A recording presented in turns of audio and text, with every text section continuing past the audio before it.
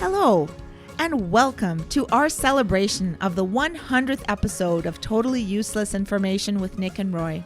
In this hour, we will relive some of the funniest moments from the last 100 episodes. Totally Useless Information with Nick and Roy launched on September 5th, 2019. Although the world has changed in the past couple of years, one thing that hasn't is your appetite for bits and bytes of useless information. Here is how it all began, the pilot episode. Ladies and gentlemen, this is your pilot speaking. We're traveling at 30,000 feet, and it's time for the Totally Useless Information podcast, the pilot episode. Who's flying the plane? Is anyone flying the plane? Who's flying the plane? Fasten your seatbelts as we are your in-flight entertainment. Sit back, relax, and be amazed at how much useless information is out there. How many pounds of skin will a human being shed in their lifetime? The best remedy after being stung by a jellyfish is what? I'm Nick. And I'm Roy, and we go out of our way to scour the internet for totally useless information We really don't need. So join us on this journey as we find out together more useless information out there in this. totally useless information. It's everything you never needed to know. By listening once a week, you'll get smarter than you think. The Totally Useless Information Podcast, hosted by Nick and Roy. Well, hello there, and yes, welcome to the pilot episode of the Totally Useless Information Podcast. Hello, my friend Roy. How are you? Welcome from beautiful, sunny, orange-laden Florida. Welcome from beautiful Toronto. We have oranges up here, too. Yes, yes, you do, but you get them from us. But listen, folks, we're 1,500 miles away. We've been friends for how many years, Nick? Over 40 years and counting. 40. Right. So 40 years we've been friends. We met in high school. Nick used to live in the United States. He moved to Canada in 1990. 1990, yeah. Wow. Way back when. Awesome. So here we are, 1,500 miles apart, and we've been doing this podcasting since, well, we first met. But podcasts weren't invented back then, so we finally started to record them. And here we are for you, to give you totally useless information. So, like we said, sit back, relax. You'll be amazed at how much information's out there, and we are here for you. Well, if Al Gore invented the internet, then we invented the damn podcast. That's right. Absolutely. So, let's kick it off right away. Animals, animals, animals, crazy animals. You're going to find some amazing jingles. The budget was set way, way high. Nick introduced us to a remedy that might be helpful if someone is stung by a jellyfish. Get ready for it. True or false? If you are stung by a jellyfish, this is my teaser. If you're stung by a jellyfish, the best remedy is to pee on it.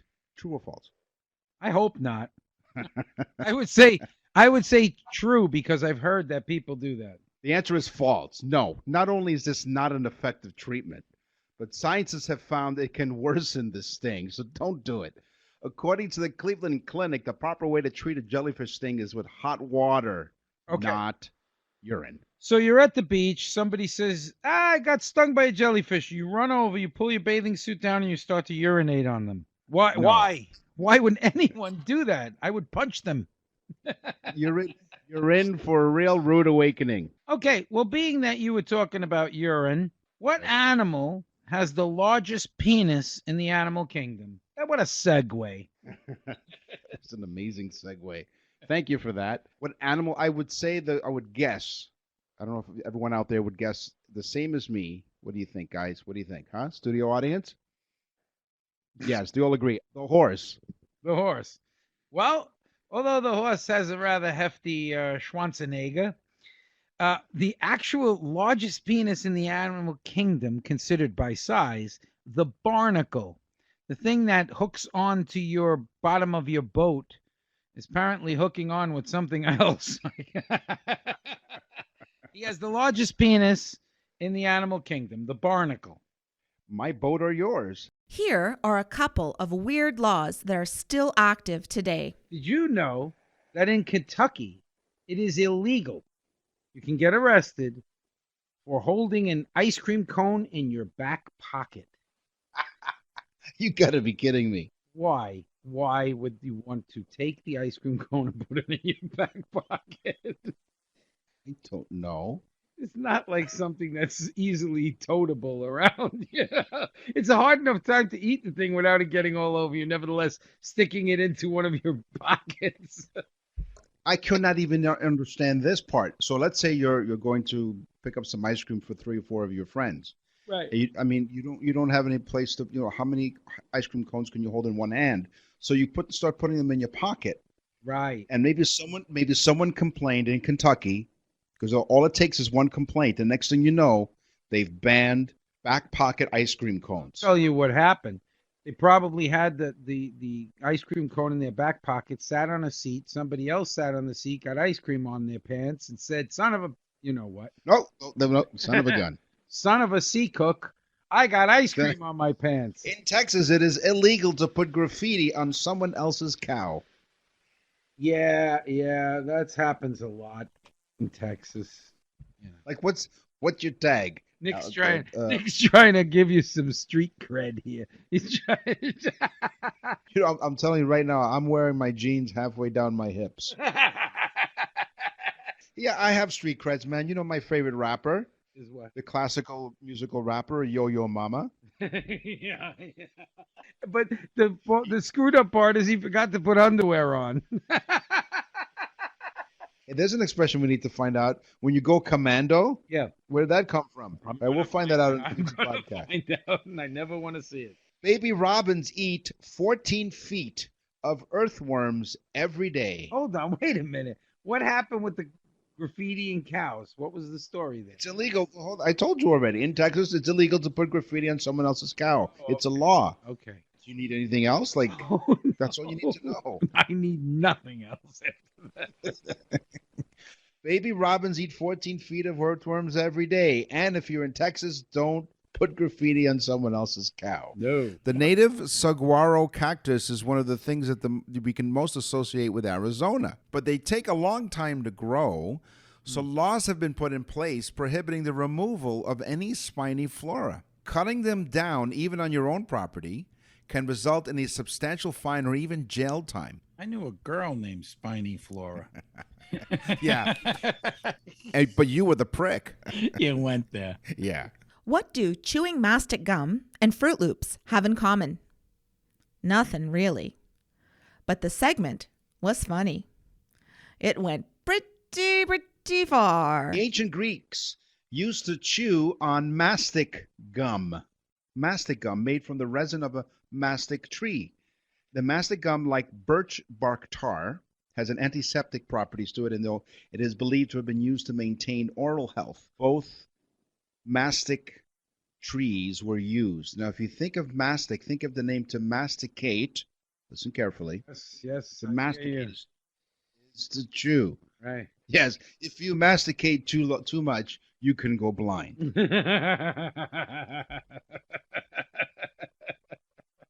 But as the mastic gum comes from, I gotta hand it to you. there you go. You have something else you want to share with the world. Yes, I do. And it's got nothing to do with masticating, which I thought was really off base. Just wrong. You know Fruit Loops? You've had Fruit Loops ever? Delicious, yes. Okay. And there's like what, red and green and blue and Fruit Loops? Yeah, I'm assuming they represent some of the fruit flavors. Right. They all taste exactly the same. There is no separate flavor. They just No, have come different on. colors. They actually all taste identical, and people want the red ones because they think they taste better. That's wild. You just blew my mind. Wow. Yep. No flavor. So the next time I pour a bowl of Fruit Loops, if I close my eyes, it wouldn't matter. They all taste the same. They all taste the same. And I think it's false advertising because they should be called Fruit Loop. No, they take you for a loop. That's what they do. As we look back at the past 100 episodes, Nick talked about the many uses of the kids' toy Slinky. Do you remember the Slinky as a kid? Oh, yes. In fact, it was, what was the commercial going down the stair? What walks downstairs This alone one. or in pairs and makes a slinkety sound? A spring, a marvelous thing. Everyone knows it's All Slinky. together now. It's Slinky, it's Slinky. For fun, it's a wonderful toy. A They're Slinky, Slinkies, they're a Slinky. Slinkies. They're fun for girls and boys. Girls and boys. Ah, girls. Huh? Slinky.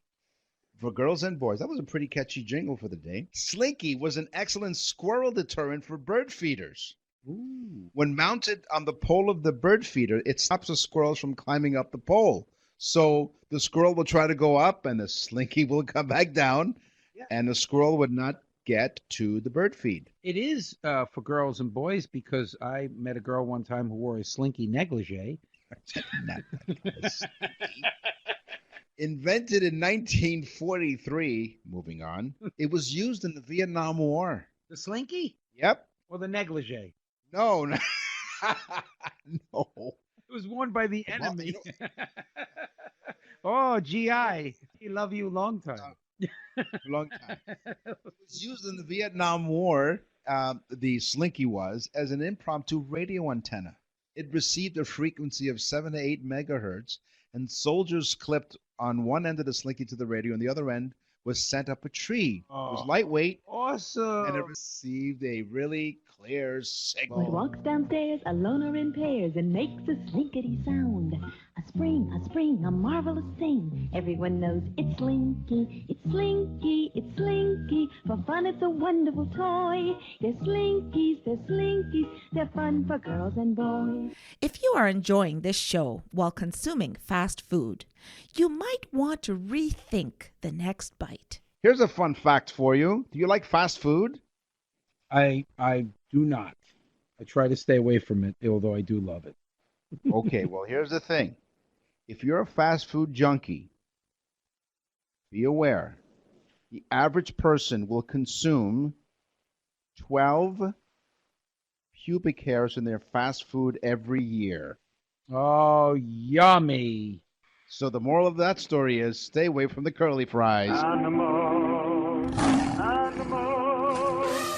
animals, crazy animals. So, yes, we apologize for the preceding fun fact. That's disgusting. Thank you. Thank you very much. So animals is one of the most popular useless information category. A lot of people have asked us all about animals. Animals are fun. Unless you are in the midst of the grip of the jaw of a crocodile. Mm.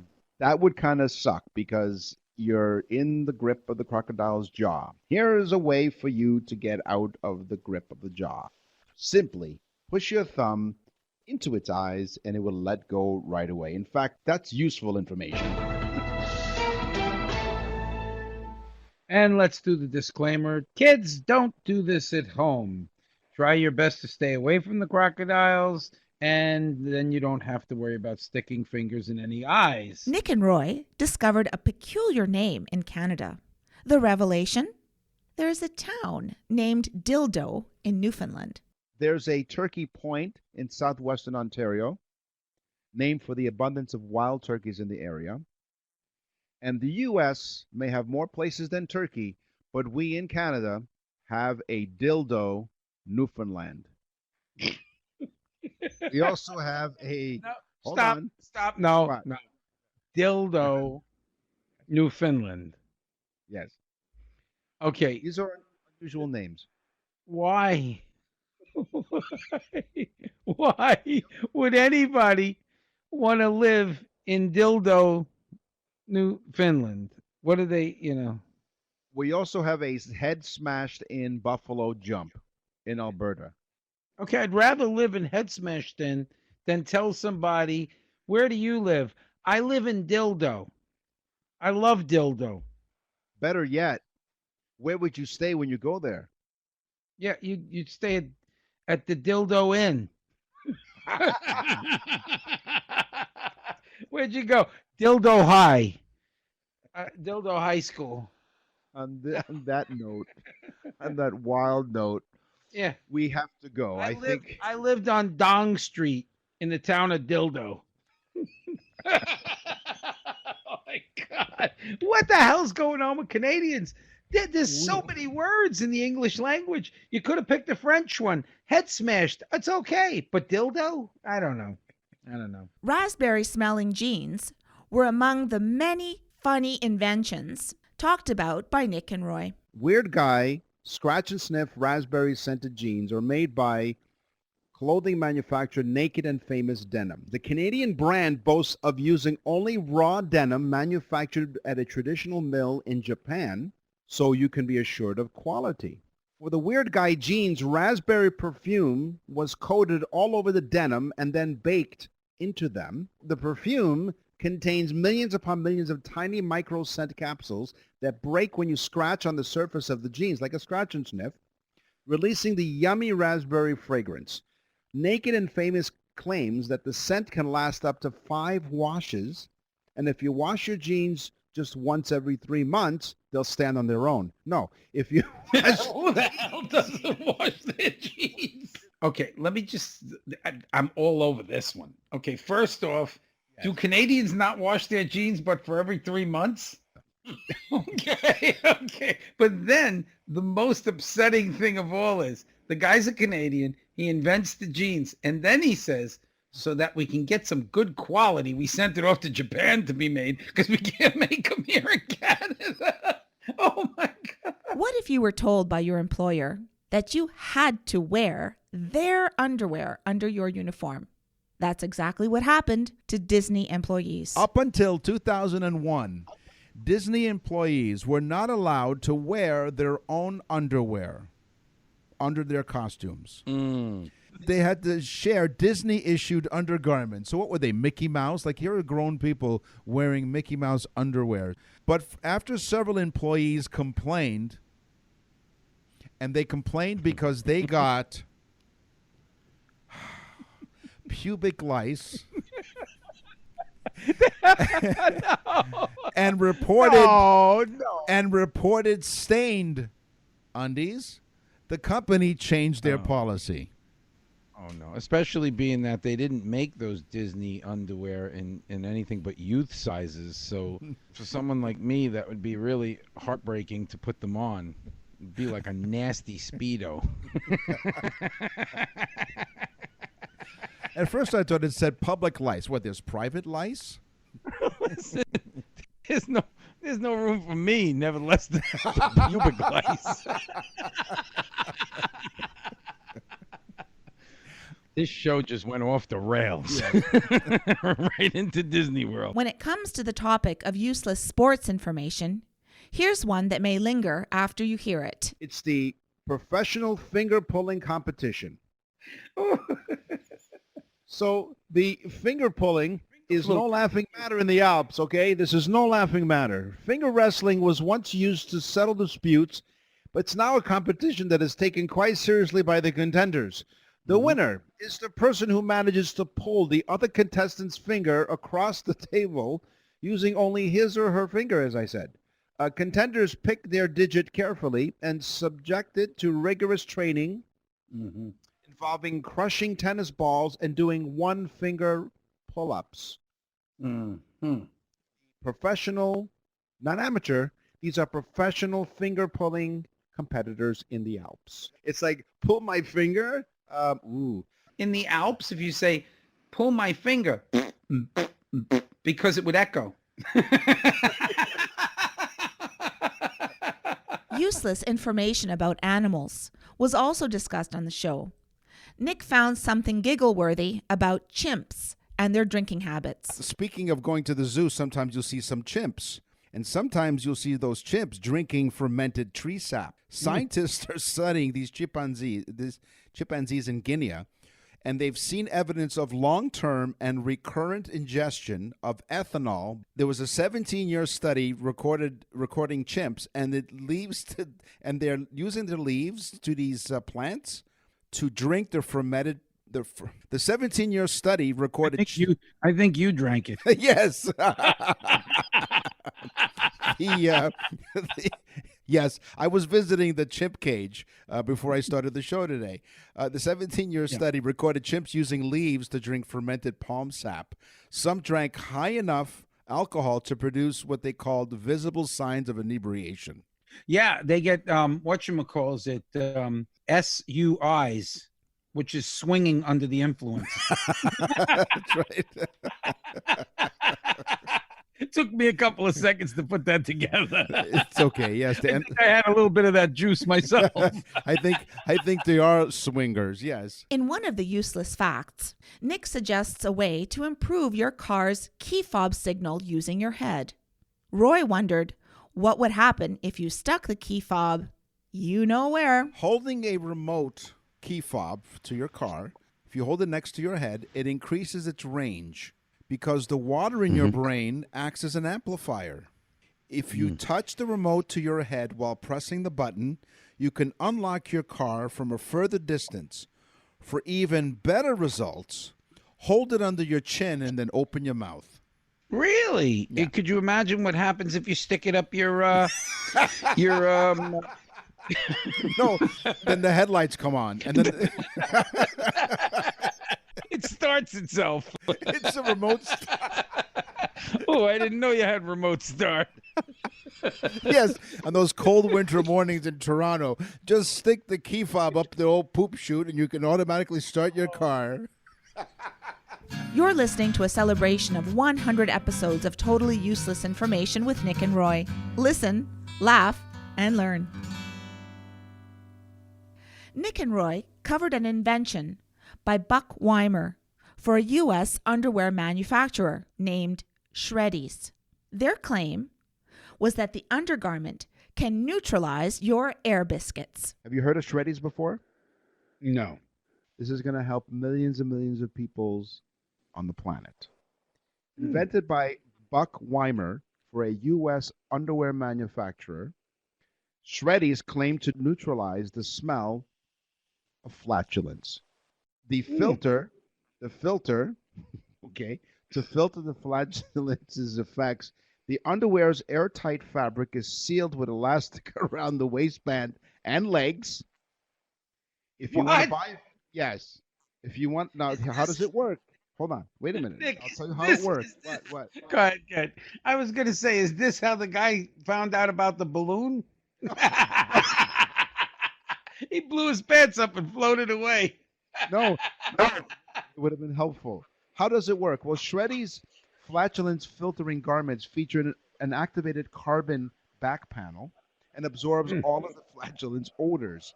Due to its highly porous nature, the odors become trapped and neutralized by the cloth, which is then reactivated by simply washing the garment. Okay? If you want to buy a pair, or perhaps a pair for your significant stinky other, you can visit their store, myshreddies.com. And because I like to be, myshreddies.com, and because I'm thorough with my research, a men's 5-pack is $145 US. Really? I got news for them. I got a much easier scenario. You get a 10-foot pole, you hook a plastic tube to it, stick it up the poop chute, and hold the pole up 10 feet in the air. You're contributing to global warming. Hang on. The only thing that's gonna get affected are low-flying birds and the guy in the balloon. Canadian is $209 for the men's 5-pack. Now, if you want something for your loved one, there's a women's 5-pack as well for $78 US or $54.25 Canadian. Now, I don't think my wife has never farted. Now hold on.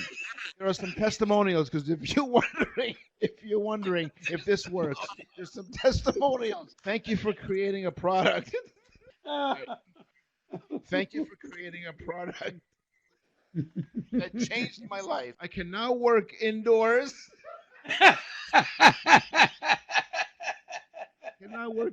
Without fear. It has made a remarkable improvement in my social and personal life. This is from Heather in the USA. That's a great thing. And from this is anonymous, and I guess I can understand why. I wish to thank you. This product changed my life. It doesn't matter what I eat. The gas is so bad, and the smell has driven my husband from our room at night. These underwear have given me back my life. I no longer have extreme anxiety about having to pass gas while in the midst of social situations. I'm a nurse. I'm a nurse. Oh, I great. would almost have panic attacks when stuck in the patient's room too long. This is no longer a problem. Thank you so much for inventing and designing these underwear. They have really changed my life. She walked in the room. She's a nurse, and she said, "Hi, how are you?" And then she had her little attack. Next thing you know, the woman turned around in the bed and looked, and she was about where she went from a size 6 to a size 12.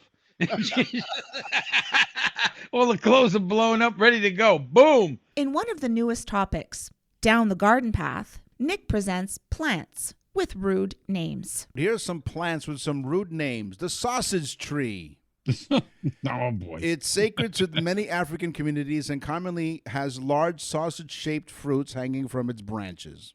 Mm-hmm. Okay? That's sometimes when I hang out in the little tree house. But That's go right. ahead. It's often used in herbal remedies and as well for skin treatments, so that you know, okay? The next rude name for plants is nipplewort. Nipplewort. Nipplewort? W-O-R-T. An edible plant with a yellow flower that is used as an herbal remedy for nursing mothers, nanny goats, and dairy cows. Oh, Yeah. so that's the nipplewort. There you go. The shaggy soldier. The shaggy soldier is found growing around cities in the United Kingdom and has stems and leaves. They take on a hairy look.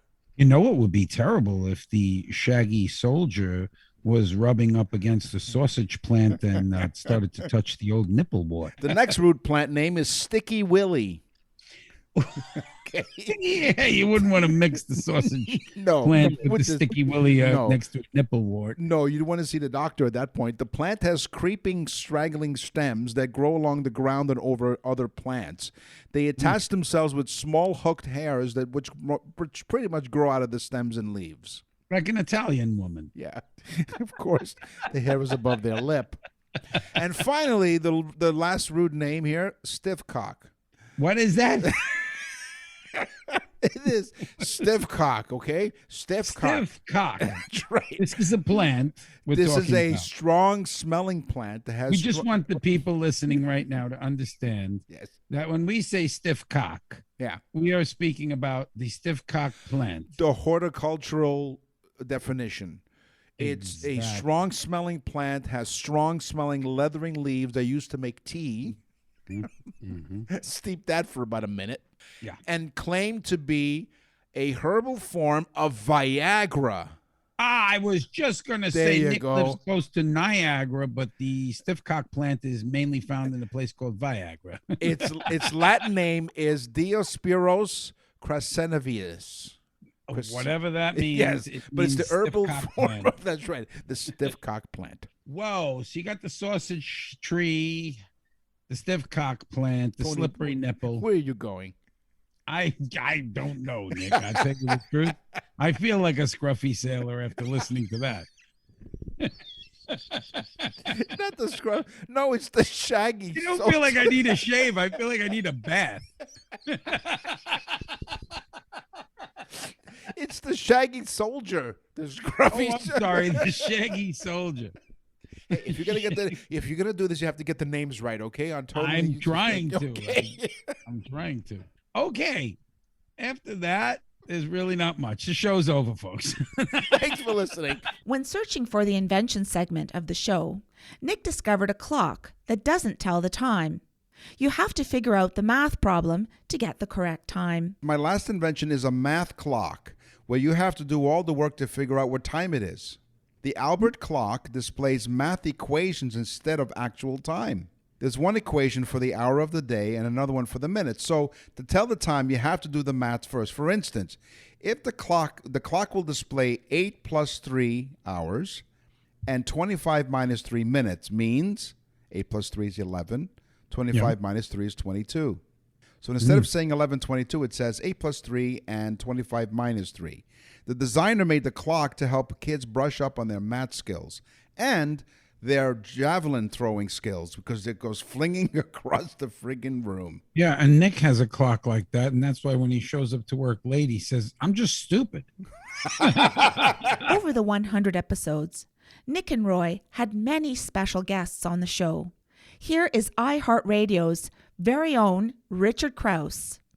He speaks about the missing features in today's cars. 5 things we don't find in cars anymore.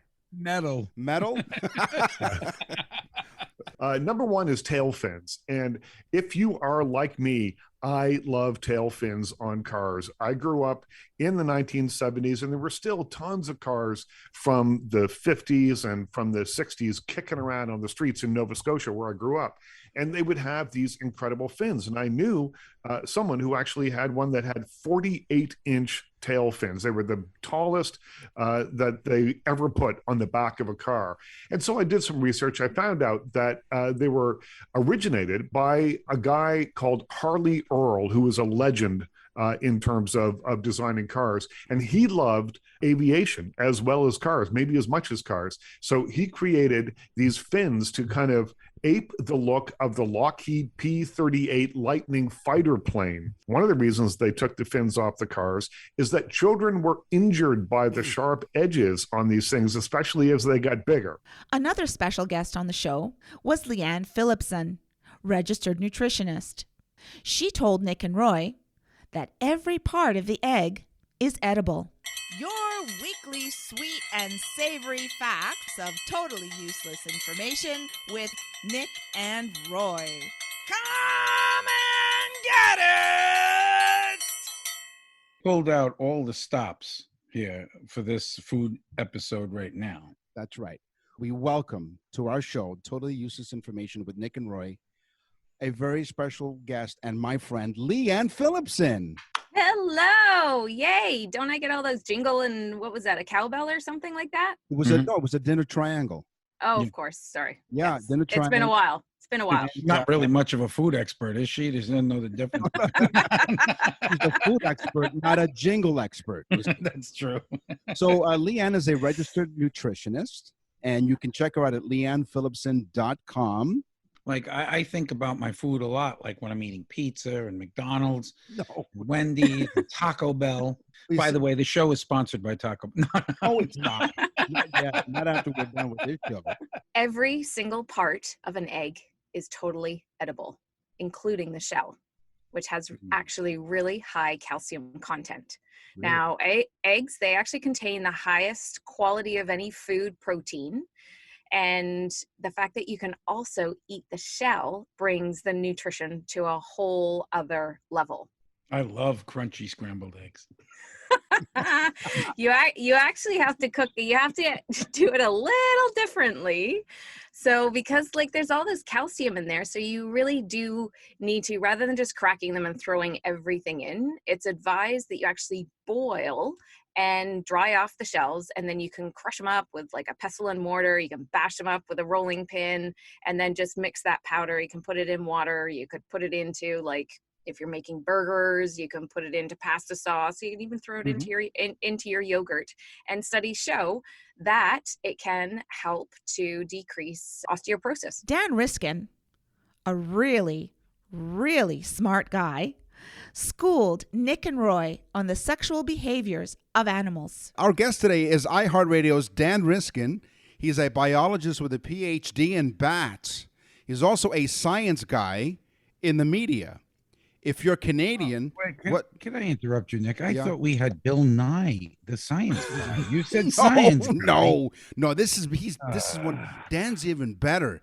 He Better doesn't than have a PhD. He's just got a master's. That's right. He just has a master's. And if you're Canadian, you might know him as a former co-host of Daily Planet on Discovery, or in other parts of the world, you might know him as the host of Animal Planet show about parasites and monsters inside me. I was just joking. He's a big deal, folks. Dan Riskin, No, welcome no, to the no. show. Thanks. My ego's shattered because anytime you get compared to Bill Nye, you're like, well, I've done some stuff, but I'm not Bill Nye. But if as long as I keep it clear and don't get that in my head, I think we're gonna be okay. Now what Yeah, makes I you an don't expert? want to insult you. No, No. that's later in the show after you leave. But the thing is, what makes you an expert about animals? Like, did you write a book or something? Oh yeah. So yeah, you guys threw a challenge at me. You said, give me some weird facts about animals. And I did a book in 2014 called Mother Nature is Trying to Kill You. And every animal I'm going to tell you about today is lifted from that book. And so if listeners enjoy what they hear, you can get that book and you can get more of them. I'm going to give one story of violence and 3 stories of sex in that order. And Wow. I guarantee these will be facts that neither of you have heard before. All right, don't hold back anymore. Let's hear your animal facts. Okay, so as far as violence, now do either of you have siblings, like brothers and sisters? I do. I had a brother. Okay, all right. So you are familiar with the idea of sibling rivalry. Oh yes. Yes. Okay. I hated my brother. No, I'm There it joking. did he pick on you?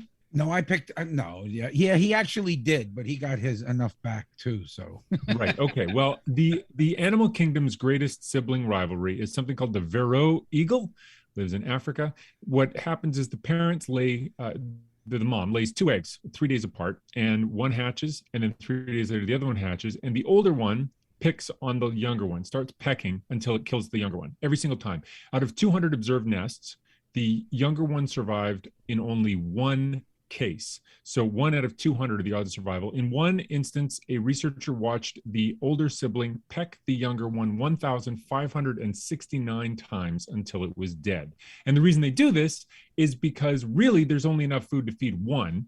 And so they lay 2 eggs in case the first one doesn't hatch properly. They've got a backup plan. But if both of them hatch, then they got to pick one to get rid of, and the older one wins. So the younger one gets killed every single time. I mean, I think it makes sense personally. I think that one eagle that survived out of the hundreds, his name was Peckerhead.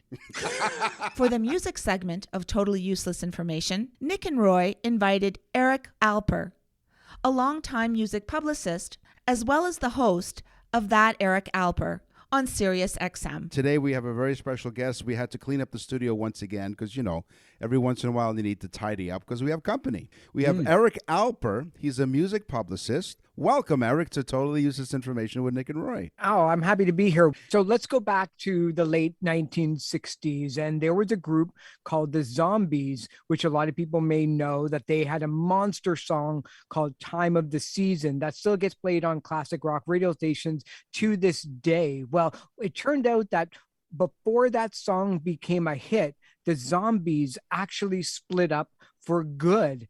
And the booking agent still had a tour booked for the Zombies to play across North America, including Canada. So the booking agent quickly came up with a plan and started looking for musicians to replace the Zombies, but still tell people that this is the actual Zombies. Keep in mind, this is before much music and MTV and social media. So people didn't really know what the bands looked like anyway. 2 of the guys in the band were actually, 2 of the guys in the band were named Dee Cruz and Chris Page.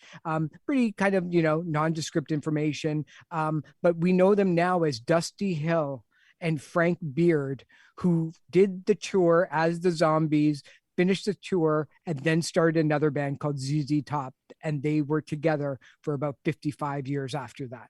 That's cool. That's cool. Say. So never turn down a gig, because you never know who you're going to meet, really, for all the musicians out there. Finally, we feature one other guest interview, Mark Saltzman, a prolific tech expert with one simple goal: breaking down geek speak to street speak. Mark Saltzman, welcome. Hey, thanks, Nick and Roy. Congrats on wrapping up season 5. Very exciting. Who knew we'd have this much useless information? I know. Nick, enough about us. We got this guy on the show. He's a big deal. He wrote a book called The Apple Watch for Dummies. Yeah, I just finished the 5th edition. It's out now. It's called Apple Watch for Dummies 2022 because, as you likely know, like other Apple products, they change it every year, so you have to keep on top of it. But yeah, it's a fun brand to write for. Wiley is the book publisher. The Dummies books, the yellow and black books. There's a million of them, right? Nick and I have we have the reading for dummies. Right. You have totally useless information for dummies. Yeah, we do. There you know go. what? Yeah, it's an audiobook. Go figure. Yeah, reading for dummies, it's an audiobook.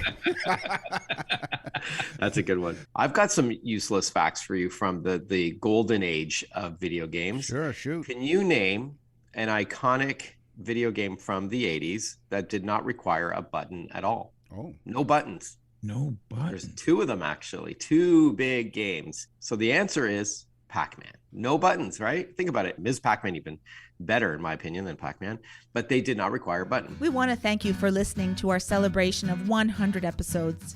You can access the full library of episodes at nickandroy.com and wherever you get your podcasts.